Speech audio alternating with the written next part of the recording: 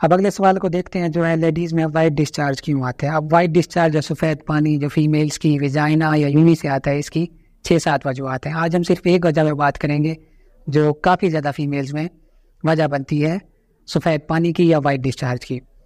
अब इसको अगर आप ठीक नहीं करेंगे, जिस बीमारी की मैं बात कर रहा हूँ, तो आपको 3 प्रॉब्लम्स हो सकते हैं, 3 आपकी जो है ना कॉम्प्लिकेशन हो सकती हैं इस बीमारी की। वो ये है कि एक तो आपका हमल ज़ाय होगा, वो भी चौथे 5वें महीने तक। दूसरा ये है कि आपको जल्दी पानी छूट जाएगा प्रेगनेंसी में, जिसको हम pre mature rupture of membranes कहते हैं। और तीसरा ये है कि आपके बच्चे जल्दी पैदा होंगे, 7 माह 8 माह की उम्र में बच्चा जाना पैदा हो जाएगा। अगर आप इस बीमारी को तफसील से, इसकी वजूहात, अलामात, इलाज को समझ लेते हैं, तो इस तरह के मसाइल से आप बच जाएंगे। क्योंकि काफ़ी ज़्यादा फीमेल्स में देखा गया कि वो जो सफ़ेद पानी या डिस्चार्ज आता है, इसको नॉर्मल लेती हैं या इसको बताती नहीं हैं। तो आज हम इसके ऊपर तफसील से डिस्कस कर लेते हैं। अब इस बीमारी की वजूहात को देख लेते हैं। 2 वजूहात हैं बेसिकली। एक वजह है कि जो हमारी वेजाइना है, उसका जो बैक्टीरिया है, जो सेहतमंद बैक्टीरिया और नुकसानदेह बैक्टीरिया हैं, सेहतमंद कम हो गए हैं, नुकसानदेह ज़्यादा हो गए। क्यों हो जाते हैं? पहली बात तो यह है कि कुछ फीमेल्स एक से ज़्यादा मर्दों के साथ उनका सेक्सुअल रिलेशन होता है, तो मर्द के जरासीम भी अंदर जा रहे होते हैं, तो वो जब होंगे तो सेहतमंद बैक्टीरिया, जिनको हम लैक्टोबैसिलाई कहते हैं, वो कम हो जाएंगे। जो औरतें इंट्रायूट्राइन कंट्रासेप्टिव डिवाइस रखती हैं, उसकी वजह से भी लैक्टोबैसिलाई कम हो जाते हैं।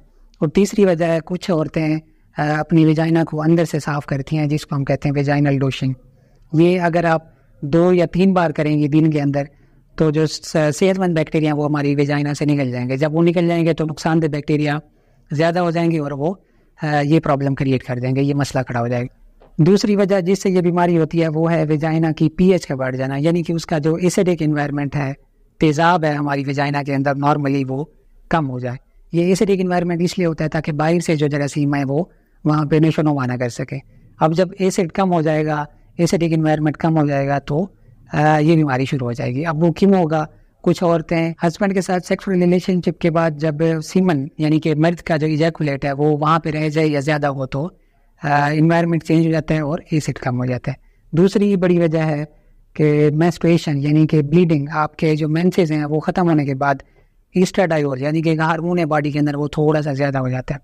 तो उस दौरान भी जो है ना पीएच ज़्यादा होने के चांसेस होते हैं, यानी एसिड इन्वायरमेंट कम होने के चांसेस होते हैं।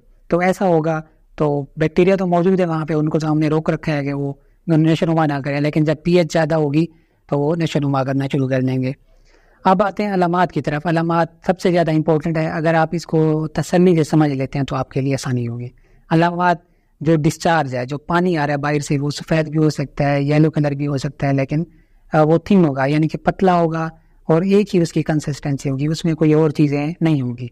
दूसरी बड़ी अलामत है वेजाइना से या उस सेक्रीशन से फिशी ऑडर। जब हम फ़िश खरीदने जाते हैं, मछली खरीदने जाते हैं, तो वहाँ पे एक ख़ास किस्म की स्मेल होती है उस मार्केट के अंदर। तो उस तरह की स्मेल या वेजाइना से आएगी या जो सेक्रीशन आ रही है, जो डिस्चार्ज पानी आ रहा है, उसमें से आएगी। और ये ज़्यादातर उस वक्त होता है जब आप हस्बैंड के साथ सेक्स रिलेशनशिप कायम करती हैं, तो उसके बाद हस्बैंड को महसूस होता है कि ना किसी तरह की स्मेल आ रही है। तो इससे भी आप अंदाज़ा लगा सकते हैं कि आपको ये प्रॉब्लम हुआ है। तीसरी अलामत है वेजाइना की पीएच का बढ़ जाना। नॉर्मल जो पीएच है वो 4.5 से कम होती है। अगर ये 4.5 से बढ़ गई है तो इट मीन्स आपको ये बीमारी होगी, जिसको हम बैक्टीरियल वेजाइनोसिस कहते हैं। कुछ औरतों में साथ में खारिश भी होगी, वेजाइना का जो पूरा एक एरिया है वहाँ पे खारिश होगी और एक अजीब सी सेंसेशन यानी कि इचिंग होगी। उसके बाद इन्फ्लेमेशन के साइन कुछ औरतों में हो सकते हैं। इन्फ्लेमेशन मीन्स के वेजाइना और उसका जो इर्द गिर्द का एरिया है वो सुर्ख हो जाएगा और नॉर्मल जो उसका कलर है वो चेंज हो जाएगा। अब चलते हैं कि इसका डायग्नोसिस यानी इसकी तशखीस कैसे होती है। इसके पास हमारे 3-4 टेस्ट हम करते हैं, लेकिन जो मोस्ट ऑफ द टाइम हम औरतों को देखते हैं वो हम क्लिनिकल डायग्नोसिस करते हैं, उनसे पूछ लेते हैं या एग्जामिनेशन कर लेते हैं, देख लेते हैं, हमें अंदाज़ा हो जाता है कि ये कौन सी बीमारी है। टेस्ट जो हम करते हैं उसमें हम वेजाइना की सेक्रीशन लेते हैं और उसमें पोटाशियम हाइड्रोक्साइड डालते हैं। जब वो डालते हैं तो उससे जो सेक्रीशन है उसमें से फिश ऑर्डर यानी कि मछली की मार्केट के जैसी स्मेल आएगी। जब वो स्मेल होगी तो क्लियर हो जाएगा कि इस लेडी को, इस फीमेल को जो है वो बैक्टीरियल वेजाइनोसिस है। दूसरा जो टेस्ट है उसमें फिर हम स्टेनिंग करते हैं और वो आमतौर पर नहीं किया जाता। तीसरे टेस्ट को हम वेट फिल्म कहते हैं, इसमें हम क्लूसेस देखते हैं जो डायग्नोसिस करते हैं बैक्टीरियल वेजाइनोसिस का। अब आते हैं इलाज की तरफ। इलाज में जो पेशेंट अनमेरिड होते हैं, मैरिड होते हैं, उनमें डिफरेंट जो है ना ट्रीटमेंट होता है। और जो मर्ज़ की नोयत है उसमें हम मुख्तलिफ ट्रीटमेंट एडवाइस करते हैं। कुछ औरतों में हम मुंह से जो है ना दवाई देते हैं, कुछ औरतों में हम क्रीम देते हैं जो वहाँ पे लगानी होती है, और ट्रीटमेंट जो है ना वो भी डिफरेंट होता है। वो यहाँ पे बताने का नहीं है, यहाँ पे सिर्फ मैंने आपको अवेयर करना था कि आपने इस बीमारी के बारे में अगर आपको इस तरह की सिम्टम्स हैं तो आपने कब डॉक्टर से रब्ता करना है। तो ये थी वीडियो बैक्टीरियल वेजाइनोसिस के ऊपर।